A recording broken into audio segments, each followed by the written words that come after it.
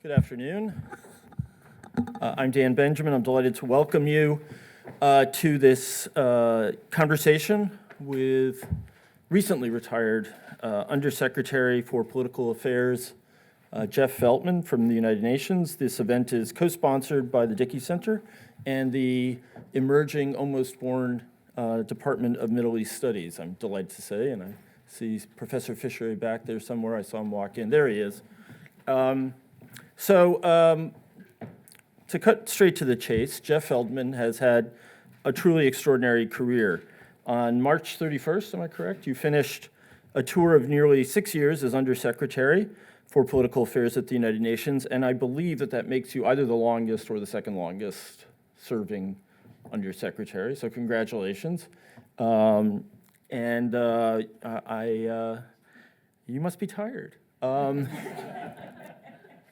Anyway, for those of you who don't know the UN system well, and too many of us don't, the department that he led is a key player at the UN where it works to prevent and resolve conflict around the world.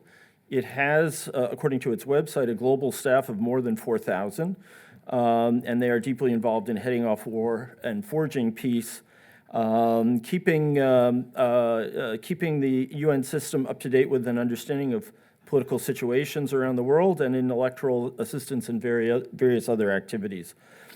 When you hear on the evening news about a UN envoy, that is when the evening news covers something other than the president, when you hear about a UN envoy being dispatched to some hotspot, typically that is Jeff Feltman.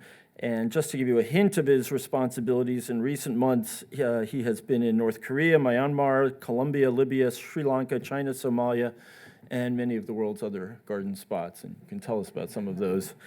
Before joining the UN in 2012, Jeff Feltman served as Assistant Secretary of State for Near Eastern Affairs with the rank of Career Minister, and that was the capstone of a career in the U.S. Foreign Service of some 26 years. He served in that capacity for most of the first Obama term. I looked up one day and he was suddenly gone. He was at the UN in, mid-2012. Before that, he served as United States Ambassador to Lebanon in a particularly vexing period of our engagement there. He headed the Coalition Provisional Authority's office in Irbil province of Iraq. He was acting principal officer at the U.S. Consulate General in Jerusalem, and I believe that's where you met Ezzedine during that period. Is that correct? You met in Tel Aviv even earlier. Okay, so this is a very old friendship. He speaks Arabic, French, and Hungarian. Yeah, no one speaks Hungarian. We'll talk about that too. And he received his bachelor's degree in history and fine arts from Ball State University, his master's degree in law and diplomacy from the Fletcher School of Law and Diplomacy at Tufts. On a more personal note, I'm deeply grateful that Jeff made it here so soon after his departure from the UN. He's done an interview with Christiane Amanpour, but this is his first public event. And I have to say that one of the real pleasures of my job at the State Department as coordinator for counterterrorism was working very closely with Jeff, who was a fabulous colleague. We joined together on issues such as Yemen, Algeria, Iran, and in a bureaucracy that is systemically plagued by territoriality. Jeff was the least territorial of partners. Indeed, I thought we worked so well together that I almost forgot that he stole my principal deputy from me just months after I arrived. I guess he would say he was just on loan anyway. But anyway, it is really a pleasure to welcome Jeff Feltman here.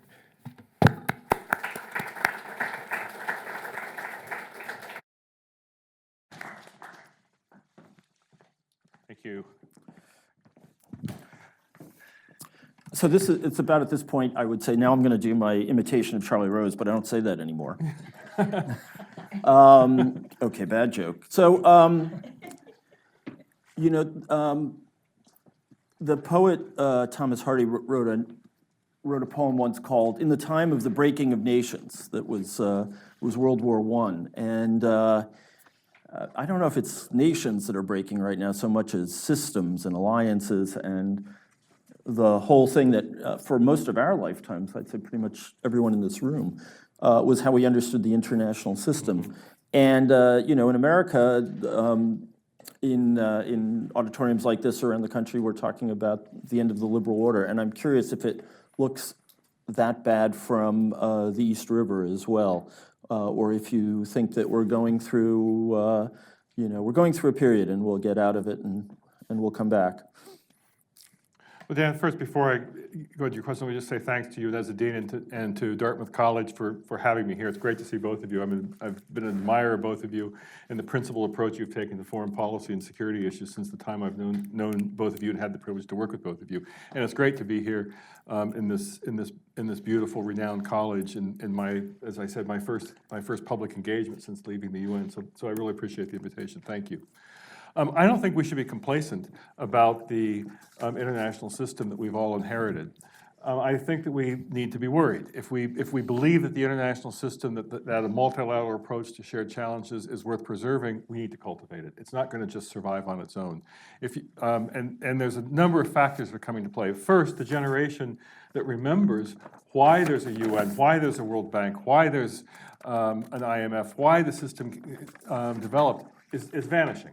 There's often not great reforms or new initiatives except out of real crises. And of course, the international system, of which the UN is just one part, came out of World War II. And people who remember that background are vanishing. So there's not that sort of historic constituency. The second problem is that the UN and other institutions were set up to manage relations between states, rules-based order between states. And states aren't the only actors anymore. States, for a long time, were the primary, maybe not the exclusive actors, but the primary actors. Now you have philanthropies. You have multilateral corporations. You have civil society ever more active. And you have non-state actors like terrorists who have no respect for the international order. So you have a whole range of new players that institutions that we've inherited from World War II aren't natural partners to or aren't accepted by. So that's another challenge. At the same time, I would argue that the challenges that we face as global citizens, as Americans, are best addressed through multilateral approaches. If we're talking about how do we promote a healthy climate? How do we manage the reality of migration? What do we do about global terrorism, about cybersecurity? Endemic disease. These are not sorts of issues by which a single country, no matter how powerful, can effectively manage them. I think that we need the multilateral system. I think that we need organizations like the United Nations. So the challenge for all of us, I think, is how do you reconcile the reality that there's declining support, increasing skepticism about the international system as currently exists, and the fact that we need some kind of multilateral rules-based system in order to address the challenges. So you mentioned appropriately the rise of all the non-state actors. The curious thing is that right now it feels like it's the states that are bringing down the house, and that actually a lot of those non-state actors have a really great interest in holding the order together. I mean, certainly, we're finally seeing some pushback from multilateral corporations who are concerned about the global trading regime. There are lots of NGOs that are quite concerned about how this will affect human rights, for example, non-proliferation, any number of different things. Yet it seems like it's the states that are really causing the problems and are injecting a huge level of unpredictability. I would agree with that. And if you have leaders in powerful states and global North states, global South states, you have a number of leaders who aren't all that committed to respecting the rule of law in their own countries. They're not going to be all that committed to respecting the rule of law as developed in the international system. I would agree, but part of the problem is how do we I'll say we as if I'm still working for the UN, which I left 4 weeks ago, but how do we as representatives or advocates for the international system build a constituency for what we do? I mean, let's be frank, the UN has a mixed record when it comes to peace and security. Peace and security is the issue in which I was involved for the UN. There's a human rights pillar, there's a development pillar, but there's a peace and security pillar. And it's a very mixed record. When we had success, and we did have successes even in the 6 years that I was there, they were on issues that probably very few of you had heard about or cared about. They weren't crises. We were able to prevent the crises. So it's sort of hard to advocate how successful we were when you didn't know there was a problem to begin with. It's great that we solved the border issue that could have led to conflict between Equatorial Guinea and Gabon. But does that really capture the imagination of Americans? No. No. There's a need for organizations like the UN to be able to build a constituency that can then apply a little bit of counter pressure from below on some of these national governments. Of course, the irony is that there is more of a constituency. If you're just talking about the U.S. Congress, let's say pre-2016, there was probably more of a constituency for the UN than there had been in 30 or 40 years there. Wouldn't you agree? Well, but it's also interesting, if you look at what the current administration's budget proposals were about multilateral funding, Congress restored the funding for the Right. So I would say that there's a sophistication, understanding in the parts of Congress that whatever the warts are of the current international system, including the United Nations, that by and large, burden sharing through multilateral approaches, burden sharing in terms of costs, burden sharing in terms of contributions to peacekeeping, is inherently in the U.S. interest. So I think that there is an understanding in Congress for that. The other thing I wanted to come back to is you were your phrasing about the UN having a mixed record is, a phrase that you might very well hear from an American politician, or maybe even sometimes in the State Department. But the UN is, at best, as good as its constituent members. Yes. And there has been this kind of reification. The UN is something out there. It possesses black helicopters. It has an identity of its own. And yet, I thought these myths were finally dying, but they've come back to life with tremendous energy. I was talking today to one of the classes, and I see a couple of students that are here, about the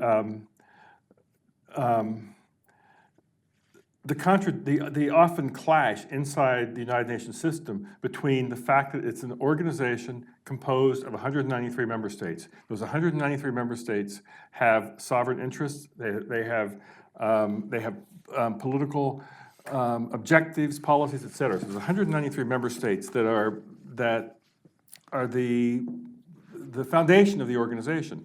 And there's the fact that the organization is supposed to stand for universal values, universal principles, the ideals of the Charter, preventing succeeding generations from the scourge of war, all of that. Well, you can imagine when member state interests, parochial short-term interests, clash with those universal objectives, how difficult it is for those who are employees of the UN to manage that situation. And in places where I think that the UN has not been able to play the constructive role that we would all wish it to play, and I look at issues like Syria.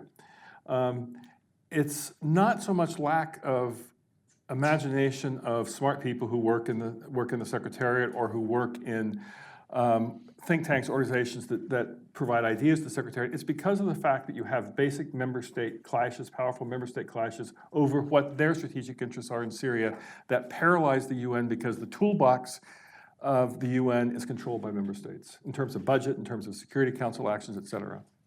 Yeah, I mean, it's hard to argue with, yet it's astonishing how strong these myths persist, that somehow the UN is independent, that it's not about the clash of states. So let me just wrap up maybe this section of this section of the talk by saying, when we are looking for culprits for the crisis of the liberal order, we know a lot about what's happening domestically, but it really does seem like the one great power that is out there systematically trying to undermine it is Russia. And I am curious what Russia looks like from inside the UN these days. And I know that, for UN people, it's very difficult to talk about because you have, it's one of the permanent representatives, has a veto power in the Security Council and the like. But I think to anyone who's really paying attention to the news here, we really feel like they're on a systemic campaign to undermine the old order with the view that it will be much easier for them to have freedom of action around the world when all those rules-based systems are gone. There may be some member states who will complain if this gets out that I said this, but Well, I don't. This is only in this room and on the video. But I don't think there is a more savvy delegation to the United Nations than the Russian delegation.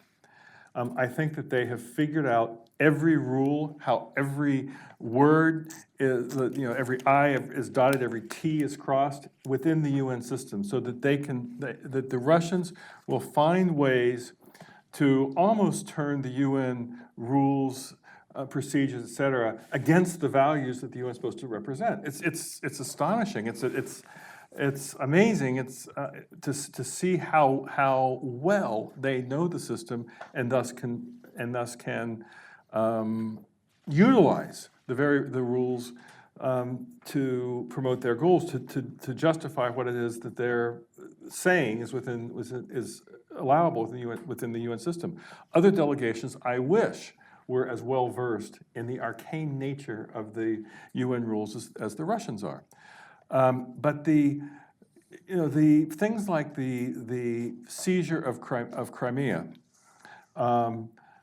stand out in my tenure as one of the more egregious acts that goes against everything the UN is supposed to stand for. I think people who would predate me, who aren't American citizens, might cite the 2003 U.S. invasion of Iraq. Russian invasion. Yeah. Our invasion of Iraq. I thought you were going to say the Russian invasion invasion of Georgia. Yes, well, we all have something to say. I think that there's other examples of great powers, including the United States, doing similar things that are contrary to what the UN is supposed to stand for. But during the 6 years I was there, Crimea was that example, and then Eastern Ukraine. But look at what happened. The Security Council had emergency sessions on Ukraine after the seizure of Crimea and after the fighting started in the Donbas in eastern Ukraine. The Security Council was clearly unable to act because Russia would veto anything that would come up in the Security Council, is one of the privileges Russia has as one of the permanent members.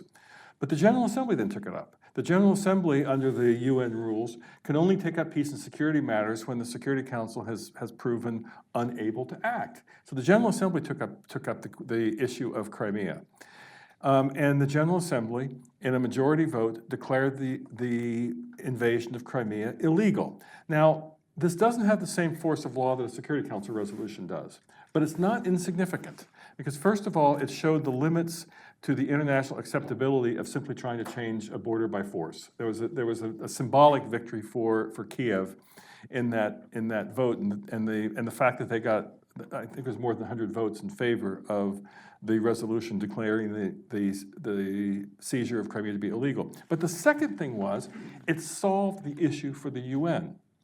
Because I was, as the briefer for the Security Council, sometimes I would have to appear 4 or 5 times a week to brief the Security Council on peace and security matters. For that period, after Russia declared the seizure of Crimea to be legal because they had a popular referendum under Russian sponsorship, and Kiev, US, France, Britain declaring that it was illegal, we in the Secretariat were caught with uncertainty. What do we do? The Security Council can't act. The Security Council has the ultimate authority to pronounce what happened. The Security Council can't act. So once the General Assembly declared it illegal, UN maps continued to have Crimea as part of Ukraine. All UN resolutions that have to do with Kiev declare Crimea as part of Ukraine. Statistics, UN statistics, all the UN work still creates still emphasizes the sovereignty of Kiev over Crimea. It drives the Russians nuts, but they can't do anything about it. And it clarified the issue in a very helpful way. So even the GA, which we can all find reasons to make fun of, was able to play an extremely useful role in clarifying under the international system What is the status of Crimea today? It's part of Ukraine. And when the UN has had no occasion to take up the issue of their meddling in elections across Europe, for example, in addition to their meddling in our own election. Isn't that correct? No one, to my knowledge, has asked the UN to look into this. We operate under the principle of member state consent. If member states aren't asking us to participate, we're not going to be able to go in and do any kind of investigation. But the High Commissioner for Human Rights has spoken out on these sorts of issues. The principle of this. This is the same High Commissioner who's resigned in disgust and a sense of futility. His contract is up in mid. So he made a virtue of necessity. He's not asking the SG to consider renewal. I see. Well, he's done a great job, though. He's done a great job. He's one of the he is up in the pantheon of Dan Benjamin as being one of the more principal people I've met. If you could get him here, that'd be great. But we'll talk about that later. He's going to be based in New York. You probably can. That would be wonderful. He's Prince Aid is fantastic. So let's talk about the region that I think you know best. I guess the first question, obviously, is what's going to happen in Syria? Is it just going to grind on forever? Or at some point, will the various opposition groups simply collapse? What do you expect?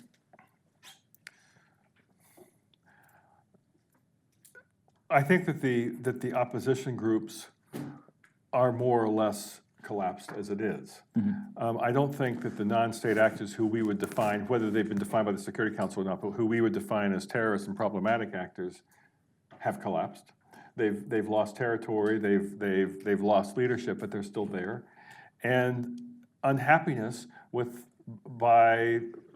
I want to be sectarian, which I don't like to be, but by large segments of the Sunni population that makes up the majority of the country, that unhappiness is going to continue. So I can see an end to the current military operations that we've witnessed with such tragic consequences over the past 7 years. I can see an end to this stage. I don't see a return to stability in Syria. No, I certainly agree.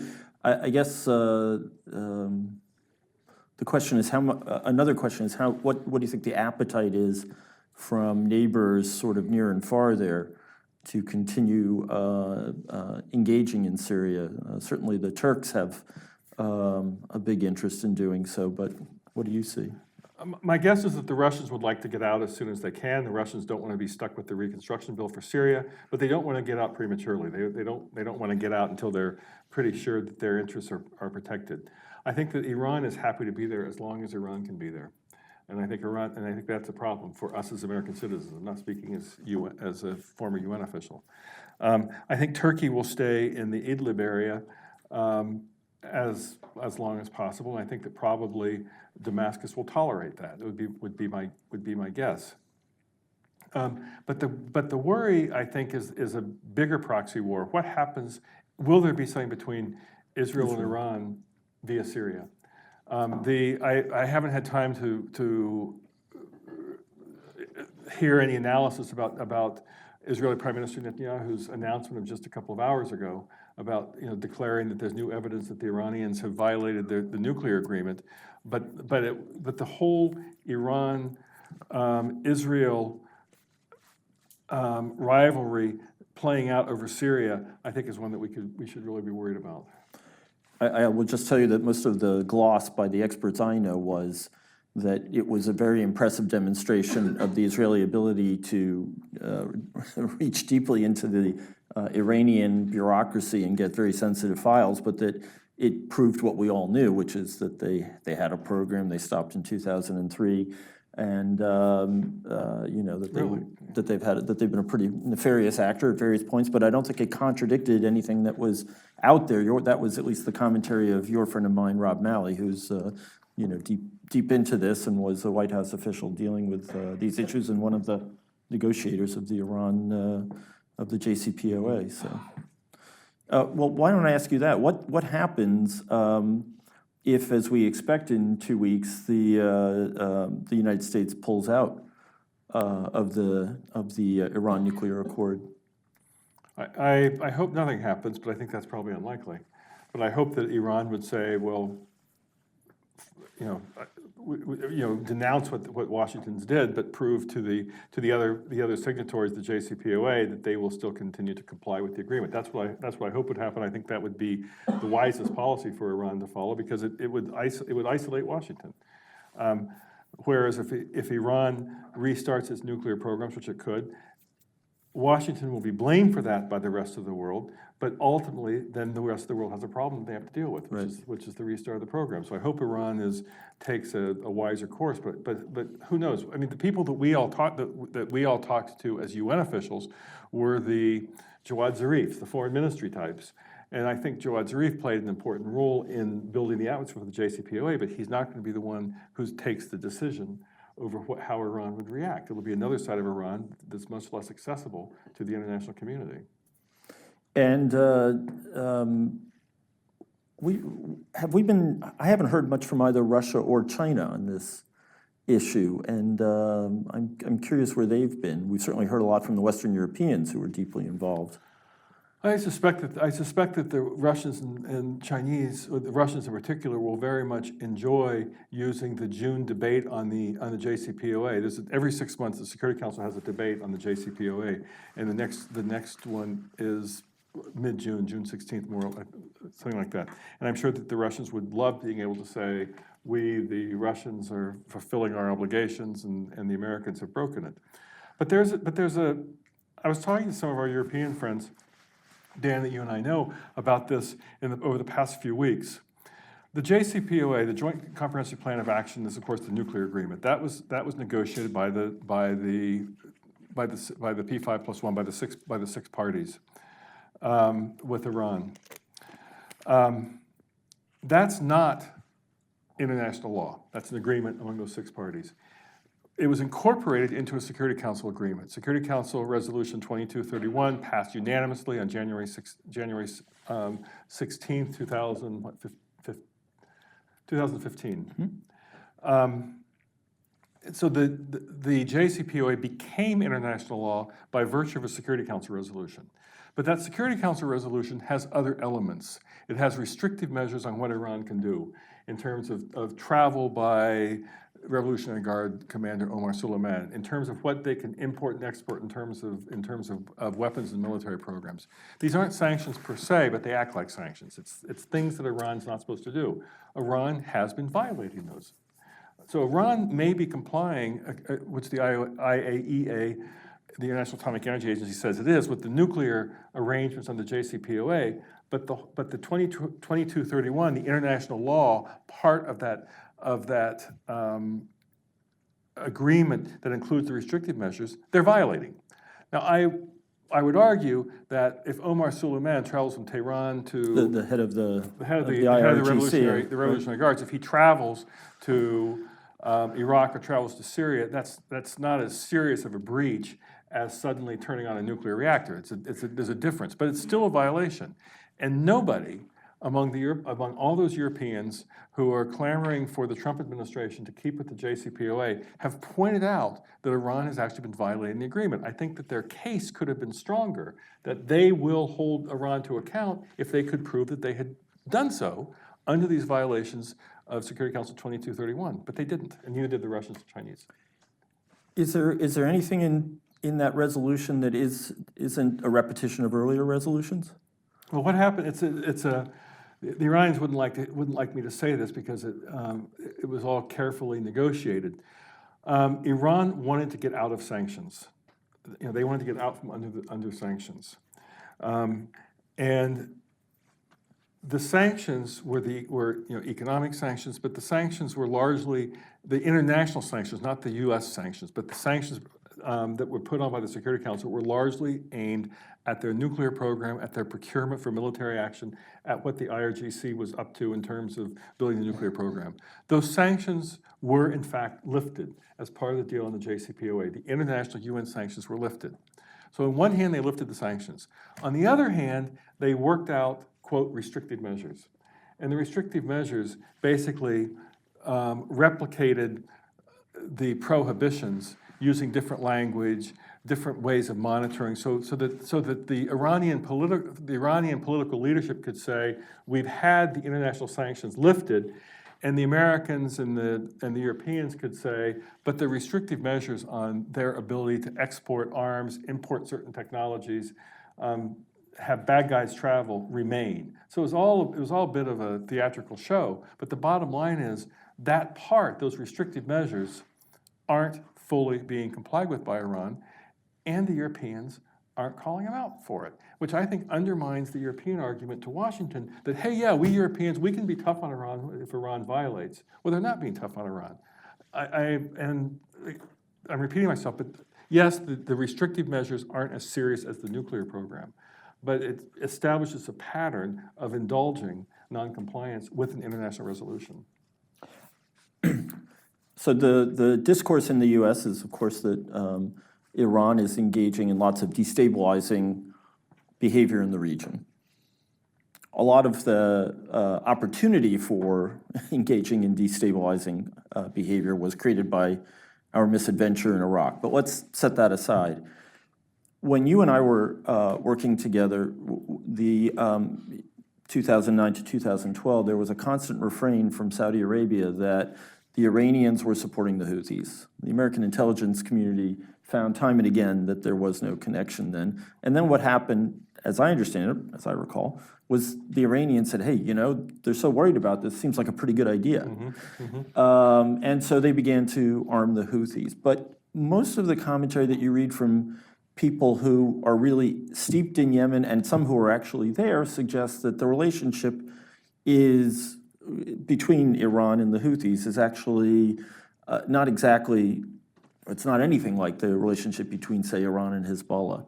And I'm curious what it looked like from your office and what we should be doing to bring this just horrible, horrible war to an end. I think that if you look at Yemen today, and I don't have access to the sorts of information that you and I had access to when we worked together. Neither do I. So we're just whistling Dixie, but never mind. But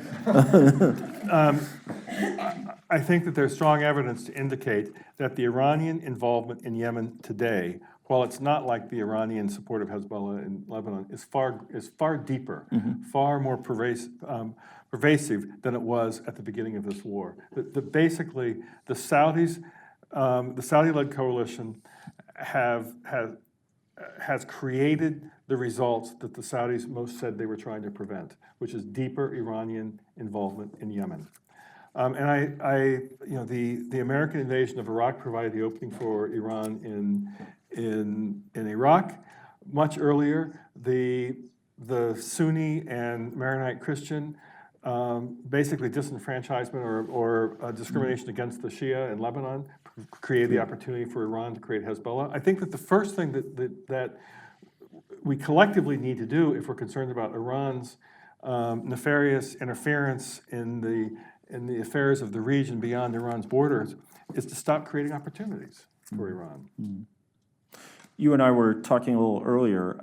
The newly minted American Secretary of State was just in Israel, and I think for the first time without precedent, he didn't meet with Palestinians. And at the same time, it looks as though we're either in the midst of or on the verge of another intifada. Are we at the end of the era of interest in Israeli-Palestinian relations? Do you see any way that anything could be mollified or ameliorated absent, changes of leadership on both sides? It's a particularly dire period out there right now.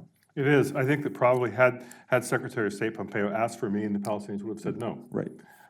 So whether he declined because knowing that it was a no, or he declined based on the fact that he himself didn't want to meet or was told not to meet with Washington, I don't know. But the meeting wouldn't have happened even if he had asked for it. I think because of the Trump administration decision on Jerusalem several months ago.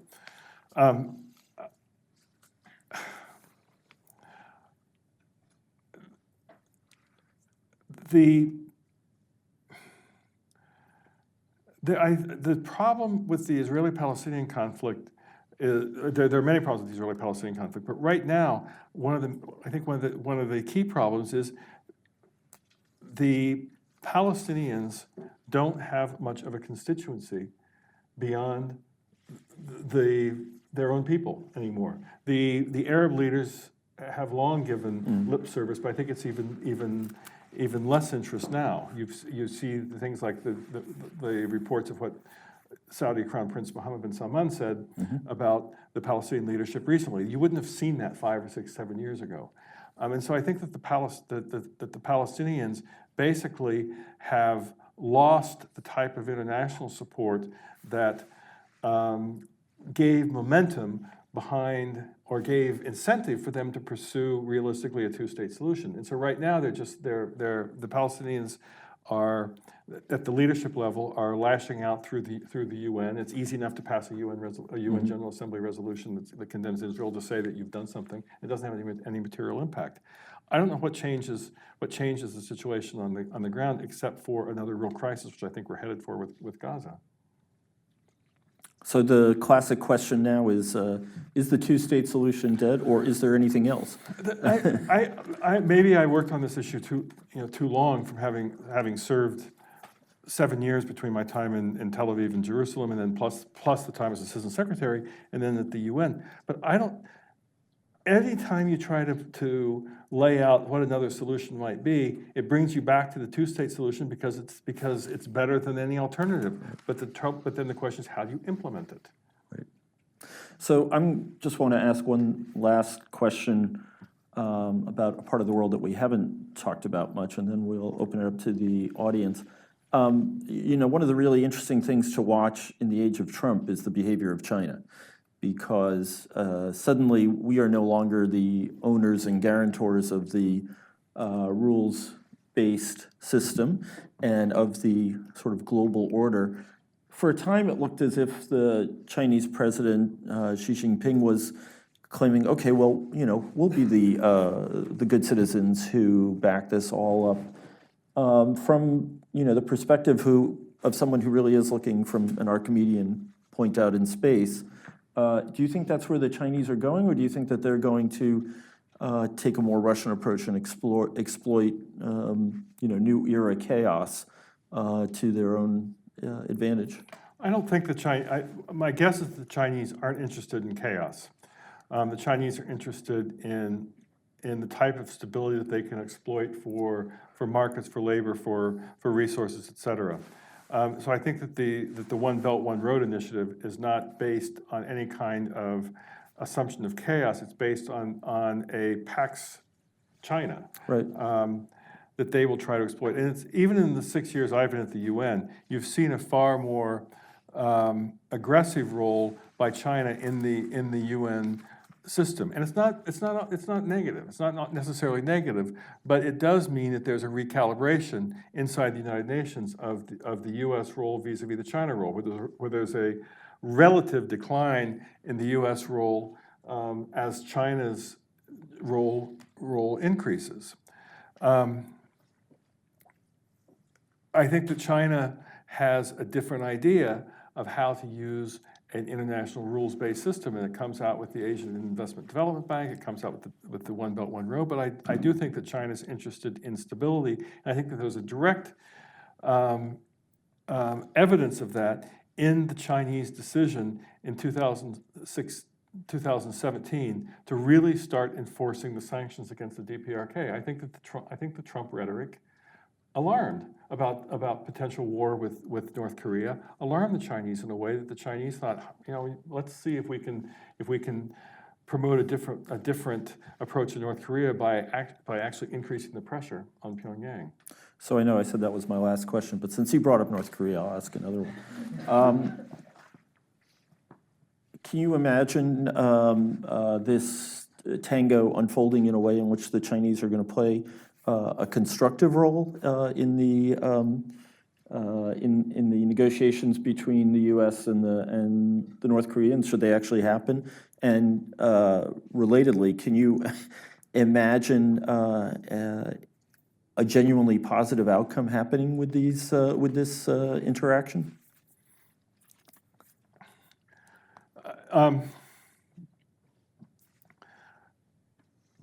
If there's an agreement, even an agreement on a negotiating schedule, negotiating objectives, negotiating calendar, not a complete agreement, it's not going to work if China's not involved. You have to have China as part of this in order to promote the enforcement of whatever has been understanding. So China has to be part of this. There's not going to be an ability to do this without China. I think this, it's absolutely right to look at these dual summits between North and South Korea, and then potentially between Kim Jong-un and President Trump with great skepticism. What is Kim Jong-un really up to?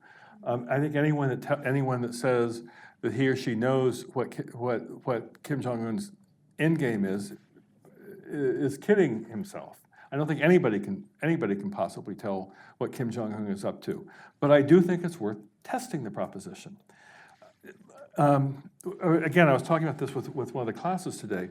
But if you remember back in September, October, November last year, early September, the 6th nuclear test by the DPRK, the General Assembly meets and at the end of September, and the rhetoric is fast and furious. The totally destroyed rhetoric from President Trump, the response in kind from the North Koreans. Then November 29th was that intercontinental ballistic missile test that was on a high trajectory to show that in fact it could reach anywhere in the continental United States. Missile flights over Japan with no warning. It was an extremely, extremely dangerous situation. And it was clear that with every missile launch, North Korea was advancing its programs. At the very least, that program is not advancing now. That program has stopped for now. There are not missile launches right now. There's not the risk to civilian aircraft or civilian nautical shipping from unannounced projectiles launched into the ocean.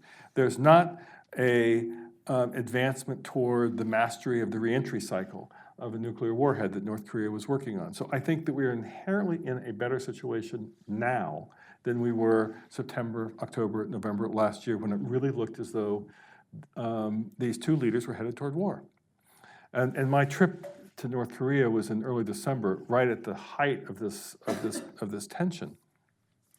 That doesn't mean that the problem's solved. It means the problem's not getting any worse, but it doesn't mean that the problem is solved. So how do you go from having achieved right now the freezing of North Korea's missile and nuclear program to rolling it back? And that's going to be the challenge if the Trump summit takes place.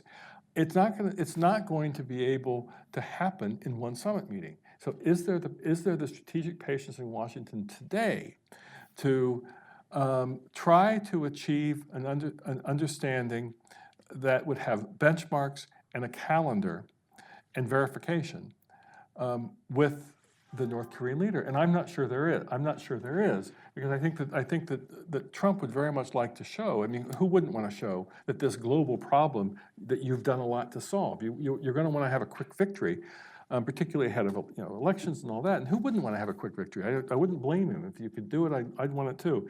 And then I think you'll have skeptics in the administration who will say, that one meeting didn't achieve what we wanted to do, so that proves that diplomacy is not going to work. When I was in North Korea, it was before the New Year's speech of Kim Jong-un. The New Year's speech of Kim Jong-un was when the atmosphere changed. That was when he said that North Korea supported the Olympics. That was when he said that he would be open to reestablishing communications with Seoul. So I was there when it was still very, very tense. And my North Korean interlocutors, I didn't see Kim Jong-un. I didn't expect to see Kim Jong-un. It was the foreign minister, the deputy foreign minister, and their team. They absolutely rejected the idea of diplomacy, of mediation, of trying to find a peaceful way to end this conflict with the United States, because they said, ever since 1994, diplomacy has failed. Ever since 1994, we, the North Koreans, have been tricked. It's the same thing you hear from Washington, that diplomacy hasn't worked, that everything that happened since 1994, these various agreements have all been violated. So it's the same sort of rhetoric. And my response was, when your sports team that loses, you don't give up the sport. you keep working on it to improve. When your missile technology explodes in midair, you North Koreans didn't give up missile technology and say, oh, well, it didn't work. You work to improve it. So I would hope that what both sides would say coming out of the Trump-Kim Jong-un summit is, okay, yes, we both have reasons to be skeptical about diplomacy after the various agreements from 1994 never fulfilled each country's objectives. But we've learned our lessons, and we're going to try again. I've got a million more questions, but I would risk a riot if I kept asking. So let's open it up. Please do wait for the microphone to get to you, and please do ensure that there's a question mark at the end of your question. Here. That's great. We have two next to each other. So something that we had talked about in class today a little bit is how, like, especially post-Arab Spring, the regional politics in the Middle East have been characterized by such volatility that it's, like, required a high degree of improvisation on the part of U.S. policy. So, like, some analysts have talked about, like, disengaging from the region and, like, exploring interests in other regions such as Asia or, like, Latin America, sort of like the Asian pivot idea. But on the other side of that coin is, like, U.S. interests are so entrenched in the region, it might not be possible. So do you think, like, such a pivot would be possible? Why or why not? And do you think it'd be prudent, or do you think that that might create more problems than it would solve?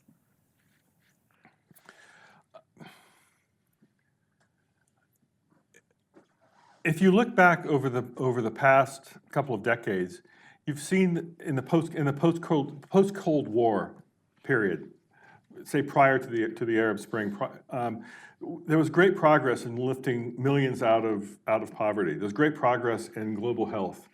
There was great progress in technological advances that ostensibly show everyone. All of these things required stability, and so my argument would be that it's in the U.S. interest to see a return to stability in the Middle East. And I don't mean a question of fake stability. I don't mean a question of just looking at propping up leaders. There has to be a broader stability than that. But I think that it is in the U.S. interest, and not just because of hydrocarbons. We have hydrocarbon resources. There are other sources as well. But it's for the need to continue addressing global poverty, global health, healthy climate, all these issues that we need, technological advances that we need to have a stable world wherever we can find it, and that affects the Middle East. The other thing is that the problems in the Middle East don't stay in the Middle East. Look at the magnet that it becomes for terrorism, given disenfranchisement and anger, and then the export of that terrorism. We talked about look at what migration did to the politics of Europe. I think it was in the U.S. interest that there would be a strong EU partner to be able to work collectively, and the EU has been badly damaged by the migration issues that stemmed out of the Middle East. So I think as American citizens we have an interest in stability in the Middle East. I don't think it's only our responsibility, but I do think that we have to play some kind of leadership role in bringing it. I don't think it has to be either or. We're a big enough country. We have a large enough corporate, civil society, government interests that we should be able to develop ties with Asia Pacific and others, as well as working on the Middle East. I am worried when I see a walking back from multilateral approaches like the Trans-Pacific Partnership, and then have those countries move ahead without us. That does concern me. I just want to follow on the question here and say there's been a lot of talk lately of a regional solution. Regional actors should take care of Syria. And I'm wondering if you think there's anything to it. I mean, we've heard this before and it never materialized. I'm kind of surprised that we're hearing it again. Do you think there's any there? Not when the region itself is so divided, no. I don't. Yeah. I don't know what the regional array would be. Right. That would solve it. Okay.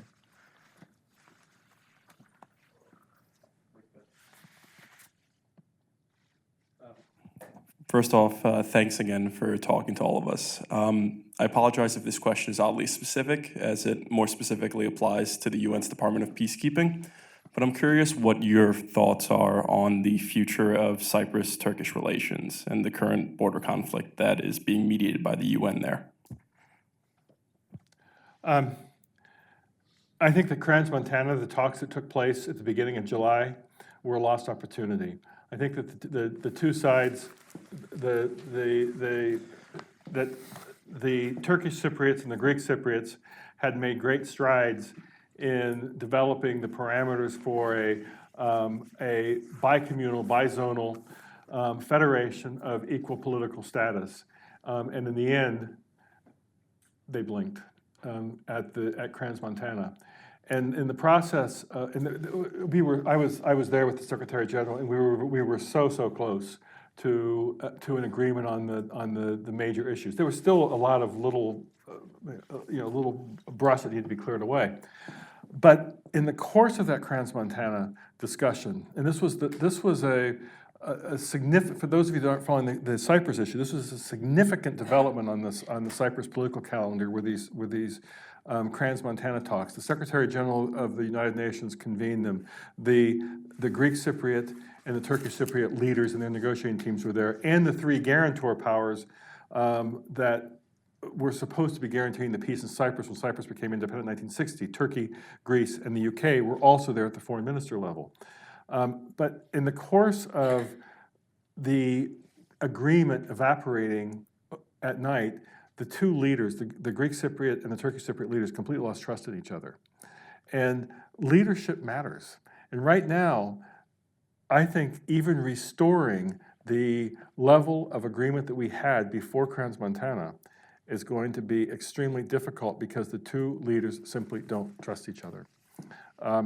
And I'm not quite, the Secretary General himself has decided not to reappoint a Cyprus negotiator for the moment because he wants to hear from the two leaders. He's asked them to reflect, okay, if I appoint another Cyprus negotiator, when we were this close to an agreement, what are each of you going to do differently?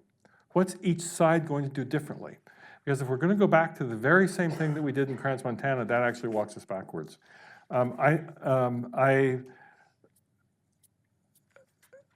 think that's enough on Cyprus, but the breakdown of trust between the two leaderships on that last night at Crans-Montana has taken us farther from the bicommunal, bizonal federation of two equal political parts that we were so close to getting. How about over here? Hi.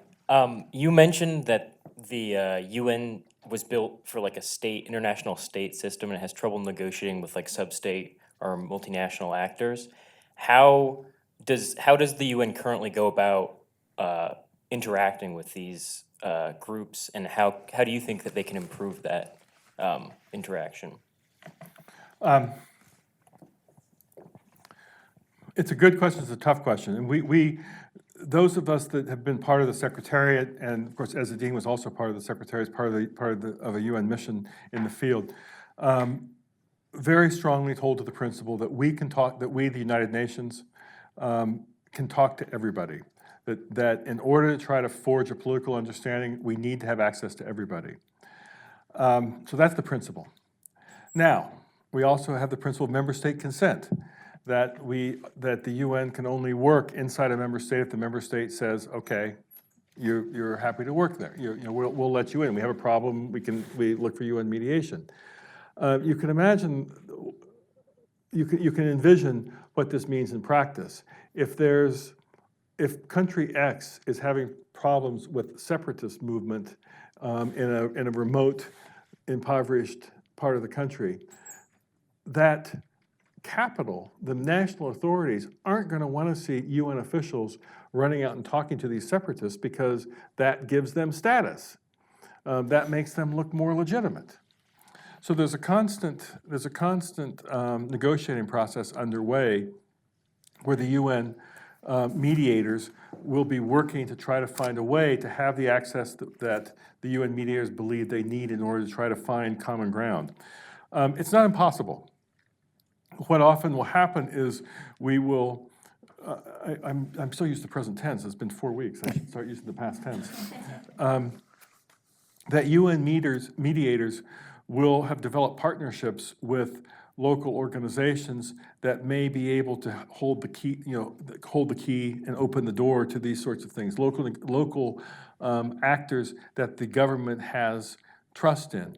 The UN may work and does work quite closely in Africa with the African Union, because the African Union will have leverage over national governments in a way that the UN might not, and convince those national governments to work in. But it's one of the major challenges that UN mediation has, is how do you maintain access to people without playing into a government fear that by talking to them you're empowering the positions of separatist or insurgent groups.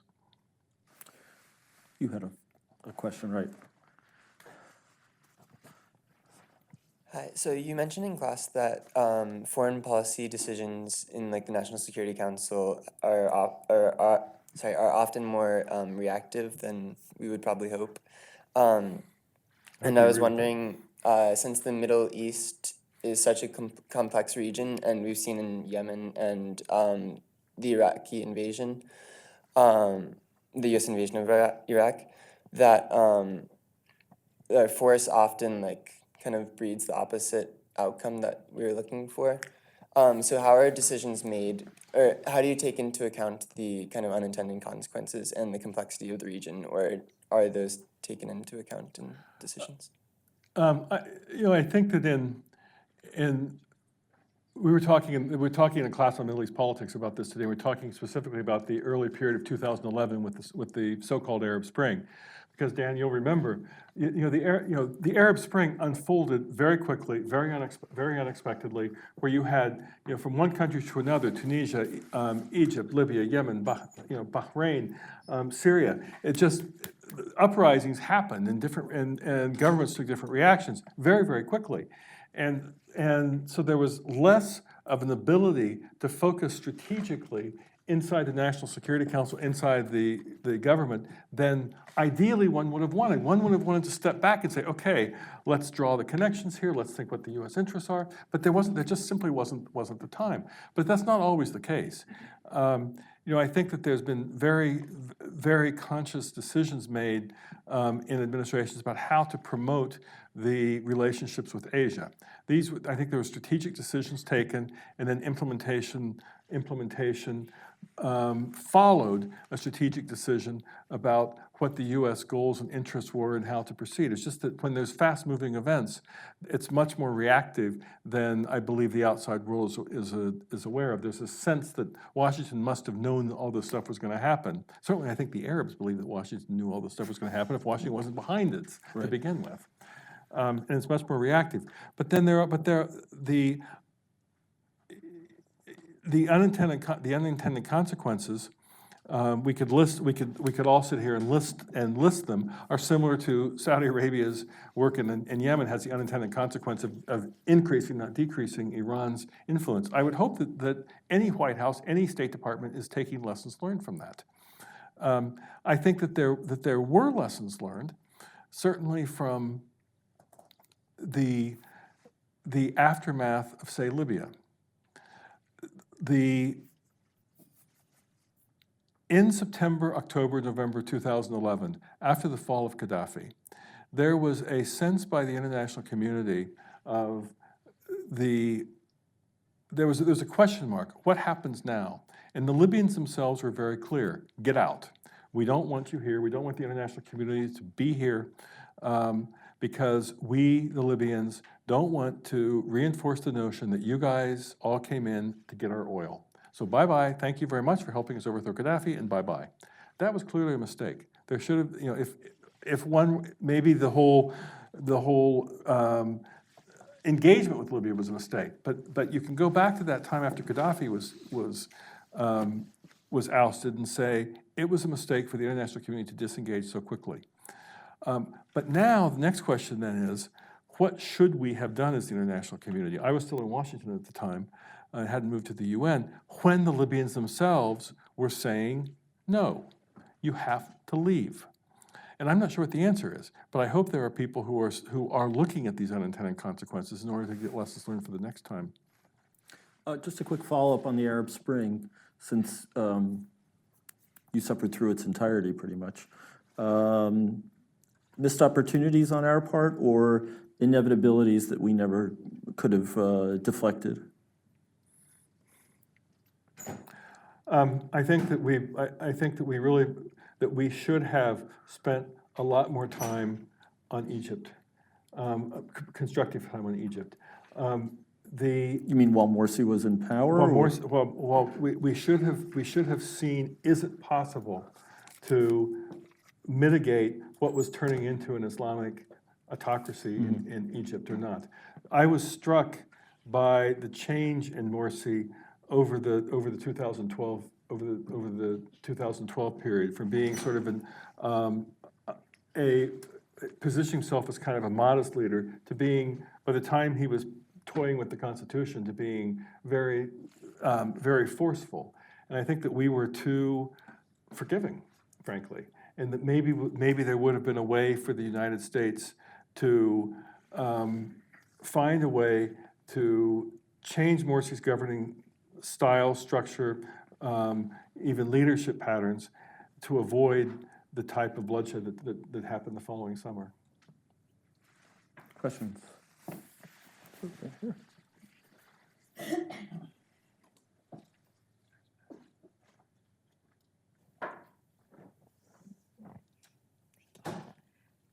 So you mentioned a couple of times about needing to build support behind the multilateral approach.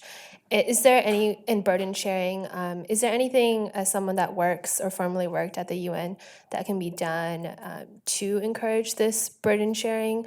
Specifically, you also mentioned that there wasn't enough toughness from Europe on the Iran restrictions. In that example, was there anything that could have been done differently?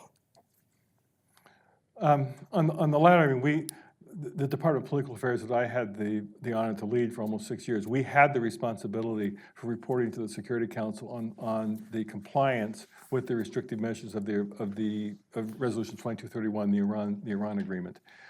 So I think that we did our part in pointing out where the restrictions were not being complied with.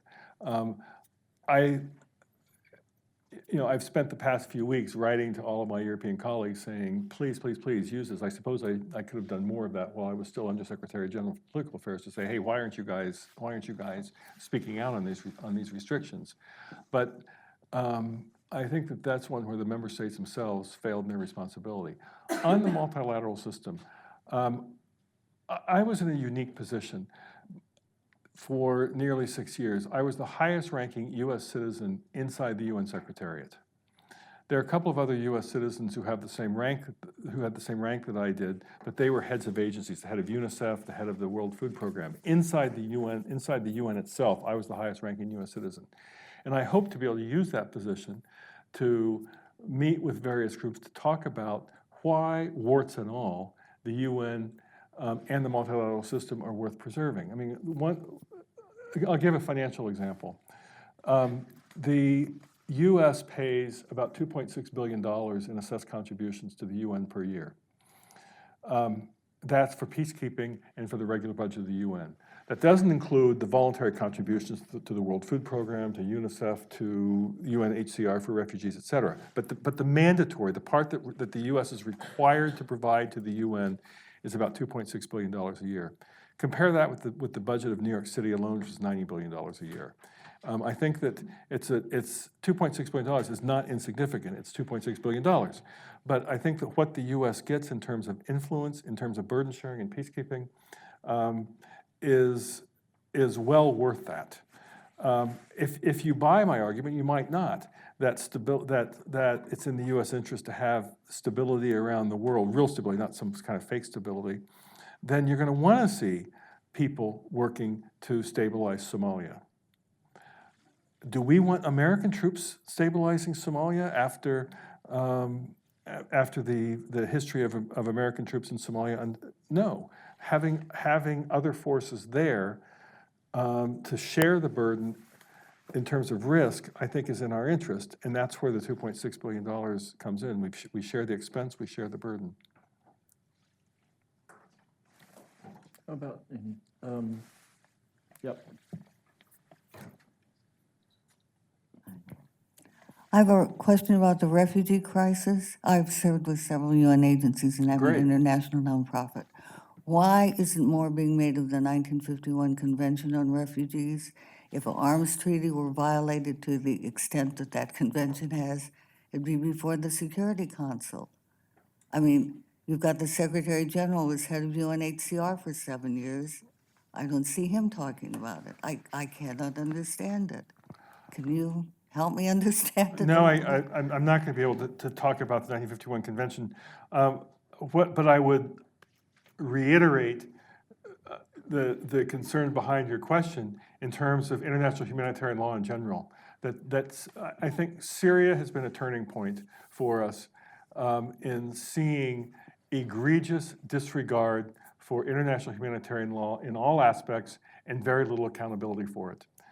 It's appalling. To the intentional besieging and starvation of communities that are in opposition to one side or the other, usually in opposition to the government, who are intentionally starved. The intentional targeting of ambulances. UN humanitarian assistance, when it does get through to across lines in the opposition areas, the government strips it out of all medical supplies and gives the medical supplies to their own people. It's appalling what Syria has done in terms of undermining respect for international law, and so it's a question I have that's along the same lines, although it's not specific to the 1951 Refugee Convention. The aftermath of Syria is going to have a serious reckoning about what do we do about international humanitarian law. There's been violations before. It's not like this is the first time. You know, you can go back to the Balkan Wars as a good example of previous violations of international humanitarian law. But there's never been such systematic, day in, day out violations of what we all thought was accepted practice, the rules of war, than there has been in Syria.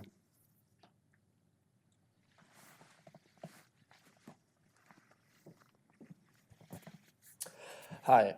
I was interested by your statement that you don't see Syria returning to stability. I believe the next presidential elections are in 2021, and I was wondering if you've lost hope in the potential event for change and reconciliation, and if so, why? Do you see Assad trying to hold on to power, trying to establish a proxy leader, etc.? I think we'd be lucky if he tried to establish a proxy leader versus trying to stay into power. I think that he'll try to stay into power, and I think that the Iranians will. I don't know what the Russians are. I think the Russians right now wouldn't want to give up on him because it would be giving a victory to people the Russians don't want to give a victory to in terms of just being able to say Assad's gone. But I don't think the Russians have any vested interest in Assad per se. But I think the Iranians do. And I think the Iranians are much more deeply embedded in Syria now, and they will work to try to see that he stays in power.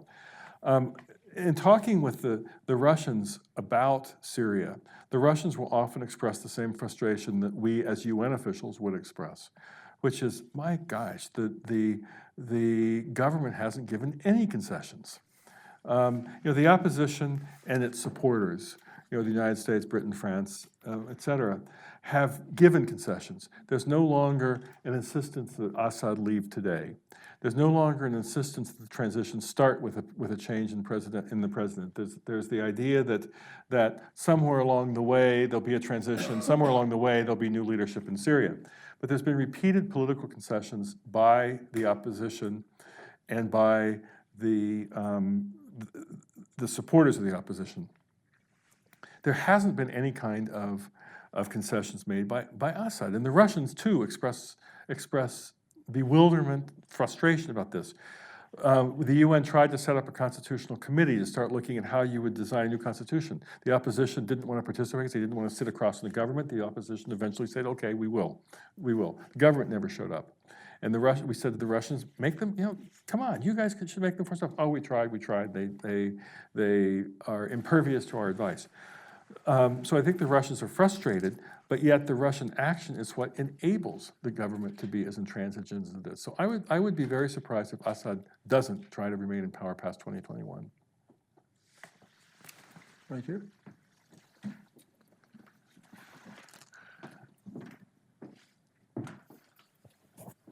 We touched upon this in class today, but you commented on the shrinking opinion or perception of diplomacy in the US and given the populist movements in Europe.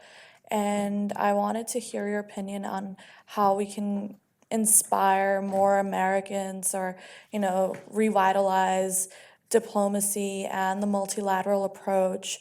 And in class, we talked about young people joining the Foreign Service, but as someone who's worked at the State Department and within the UN, I wanted to hear your thoughts on how we can, like a previous speaker, like Lisa Monaco, commented on messaging, especially in terms of counterterror, but how domestically, how can we revitalize our interest in diplomacy? If you had the answer to that one. Yeah. I mean, I think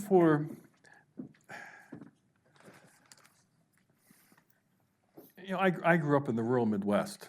I think if I went back to my hometown, where my mother still lives, and tried to gin up interest in diplomacy, they'd look at me like I was a Martian.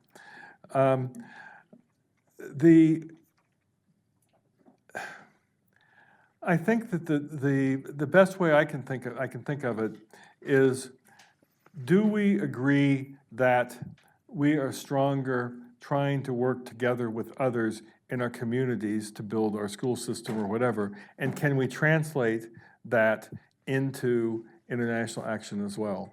Is there a way to explain the value of alliances, the value of working to address common challenges through multilateral approaches in a way that's comprehensible locally? We can't build schools individually. We have to have a community to do that. Is there an analogy to use that way? It sounds simplistic, but it might help explain why many of us believe that alliances are force multipliers for U.S. interests. Just to tag on to that, as someone who spent more than a quarter of a century in the Foreign Service, you want to share some of your feelings on the last year and a half of Foreign Service history? It's depressing. I don't understand why anyone would take the Secretary of State position in order to dismantle what I think was the finest Foreign Service that exists internationally. The foreign, for those of you who know Foreign Service officers, and I'm a recovering Foreign Service officer, we live on wanting people to ask our views. We're a fairly cheap date. No matter who's in the White House, if somebody in the White House asks, well, what does Jeff Feltman think about this issue that Jeff Feltman's been working on? That's enormously rewarding. That's what we work for, was to be looked at as experts in our field. I didn't agree with the invasion of Iraq. But yet I didn't resign over it either. And I was a loyal servant of the George W. Bush administration, as I was of the Clinton administration, as I was of the Obama administration, and the ones earlier in my career, because we work for the elected leaders of this country as Foreign Service officers. And as long as we're shown some respect for our expertise, that we're valued for our tradecraft, even if it's just lip service value, but if we see that there's an appreciation or a feigned appreciation for us, we'll be loyal. I'll go work for the Coalition Provisional Authority in Iraq because people thought I had something to contribute because Jeff Feltman speaks Arabic and Jeff Feltman knows the Arabs. And I don't know why the Trump administration didn't figure that out. Why they didn't figure out that the Foreign Service will be their allies, even if some of the policies are questioned. All you have to do is flatter them. And instead, the State Department, the State Department was intentionally undermined. You sort of wonder what would have happened if it hadn't been for the Muslim ban that led to that descent channel cable that I guess 1,000 members of the Foreign Service signed on to. But of course, there was so much that was anathema to the Foreign Service as the new administration was coming in. But it is really depressing. I'm sure you have an enormous number of friends who are no longer working for for state. Very few, yeah, most of the people we worked with are, of course, are out. Yeah. Most of my own contemporaries as foreign service officers have retired, unless they're overseas. Some overseas are in places out of sight, out of mind. But I do think it creates opportunities for those of you, we talked about this a little bit, for those of you that are thinking about a foreign service career, because there will be an enormous gap inside the foreign service, meaning that I believe that the incoming generation of foreign service officers, who by the time, that it takes a couple of years to get through the process, it could be different foreign policies by then, there'll be a much quicker rise to decision-making levels because there's been such a hollowing out of the senior ranks. So I think there's an opportunity for the incoming generation to play a leadership role earlier than certainly I played in my career. But they'll have to start hiring again. I think that's, I've heard that's going to be canceled, but we'll see. Yeah. The hiring freeze is going to be canceled.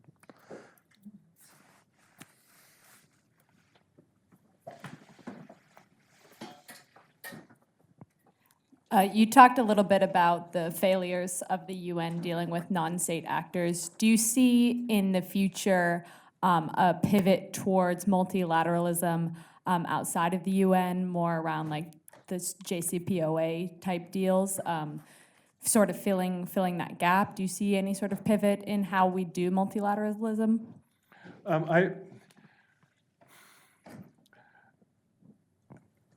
I think there could very easily be a pivot if the UN isn't seen as something that's value added for major states in the world.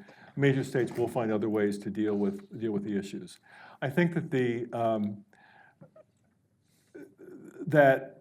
UN has the potential to play a catalyst role.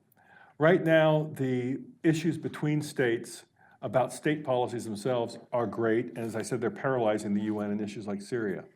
But I think that the UN could play a convening role for like-minded states on specific issues, where you're not looking always for the universality that up till now has defined UN action, but that you have an actor like the UN Secretary General who's recognized with legitimacy of the international community to bring together groups of states, groups of experts, groups of companies, civil society to work on specific issues.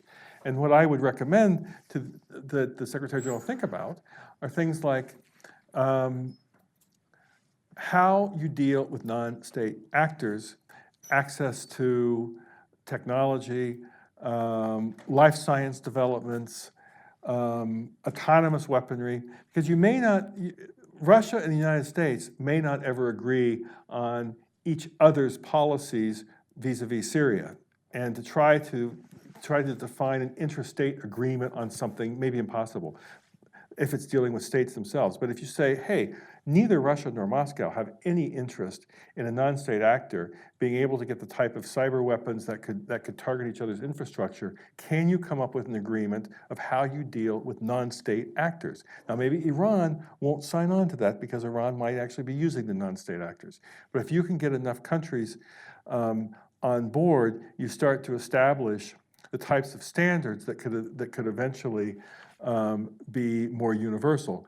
There was that's how, in fact, the Paris Accord started with an intergovernmental group on climate change that started out smaller and expanded and eventually incorporated all the UN member states. Of course, the U.S. has since withdrawn. But I see a catalyst role for the UN and no longer focusing so much on universal agreements that I think right now are pie in the sky, but rather like-minded states around a specific issue, likely having to deal with non-state actors because there can be agreement.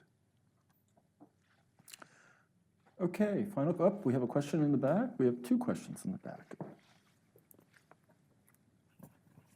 What do you think about the permanent five and any countries coming in and joining the permanent membership of the UN or any changes in the Security Council? I think that it's not going to happen in the short term. I think it's not going to happen because the member states themselves cancel each other out. The permanent five can say they're being left off easily. The permanent five all say one way or the other, oh yes, Security Council reform, you're right. There should be, Asia is terribly underrepresented on the Security Council compared to population, for example. But what happens is who comes on board? If you have India, which is a strong contender, Pakistan's going to be able to create the type of coalition that cancels out India's ability to come on board.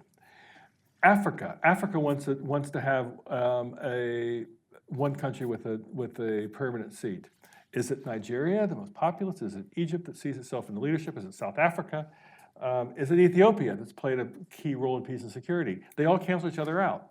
And you can go region by region by region. Is it Mexico? Is it Brazil for the Americas, for the Western Hemisphere? And it makes it too easy for the P5 to continue on with the privilege that they've had since the founding of the United Nations, are these member state disputes. So until you have the member states themselves coming together, I think that you've given the P5 a pass. I am concerned about Asia. If you look at the population of Asia and you look at the Security Council composition, Asia is scandalously underrepresented. You could argue that others are as well, but right now you have 4 Western Europeans, you have 2 Asians on the Security Council, and the Asians are 4 times the population of Western Europe. It's something. I think that it does reduce the legitimacy. If I were advising the member states, I would say, let's not touch the veto now. Let's at least get the membership expanded to better reflect the current demography. Now, as a U.S. citizen, I think the current system is just great. You have fewer members to deal with than you would in an expansion. The U.S. has a veto. It will continue to have a veto. But I think over the long term, you have to at least expand the membership to better reflect the current demography.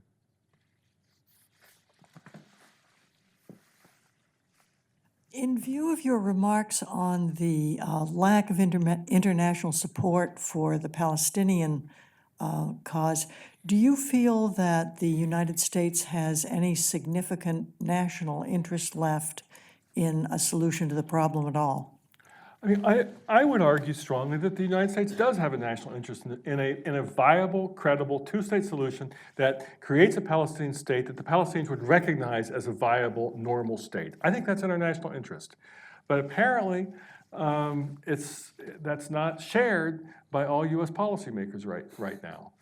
Since it's hard for them to even, I think that right now the current lingo from Washington is, if the Palestinians and Israelis themselves decide on a two-state solution, that's fine, but we, the United States, won't advocate for it. I think that's more or less the current U.S. policy. I think that's wrong. I think the current policy should be to push the two sides into a two-state solution, because all alternatives are bad. All alternatives are bad for both the Israelis and the Palestinians. But that doesn't seem to be and it's bad for Jordan not to have a two-state solution. So yes, I think it is in the U.S. interest that the U.S. be showing leadership on this. I don't think it will just happen on its own in the time frame it needs to happen. Okay. This is sort of a follow-up to the question about our own State Department, and I'll use the word being decimated by this administration, by the Republicans. But it's a different twist. And how have you noticed an impact, or if there's been an impact on the operations at the UN, the UN's ability to do their work?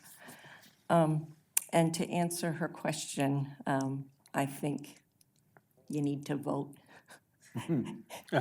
That civics in education is very important, but you need to not support an administration that decimates the State Department. There's been less of an impact on the UN than I would have guessed. Had we all sat here on December 31st, 2016 and said, this is what the Trump foreign policy objectives are going to look like. If we had that sort of prescient notice, I would have thought there would have been a far greater impact on the UN than there has been so far. It doesn't mean there won't be an impact on the UN, but so far there's been more continuity than not, which is surprising. Israel-Palestine is an exception, where there's definitely been a break from previous administrations on the Israeli-Palestinian question. The climate change is certainly a blow for the climate change agreement that the Trump administration pulled out. But in general, the U.S. has continued to support the UN agencies, whether they're dealing with refugees or childhood immunization. 60% of the world's children are immunized by UNICEF programs, by the way, which I think is in our interest. And even in Security Council debates, if you look at what Ambassador Nikki Haley says about Syria or says about Ukraine, there's a great continuity in what Samantha Power or Susan Rice said about Syria or Ukraine. It's curious, given how different the administrations are in their outlook, in their approach to diplomacy. There's a curious continuity inside the U.S. positions in the UN. Now, I don't think the Trump administration would hear me say that. I suppose they will, because I think that they would want to show more of a contrast. But what it tells me is that there's been an implicit recognition so far that yes, in fact, there is value to the type of burden sharing that the UN offers. Now, there's been very close accounting of budget issues, with the U.S. being the largest contributor, keeps an eye on the budget. That's also not new.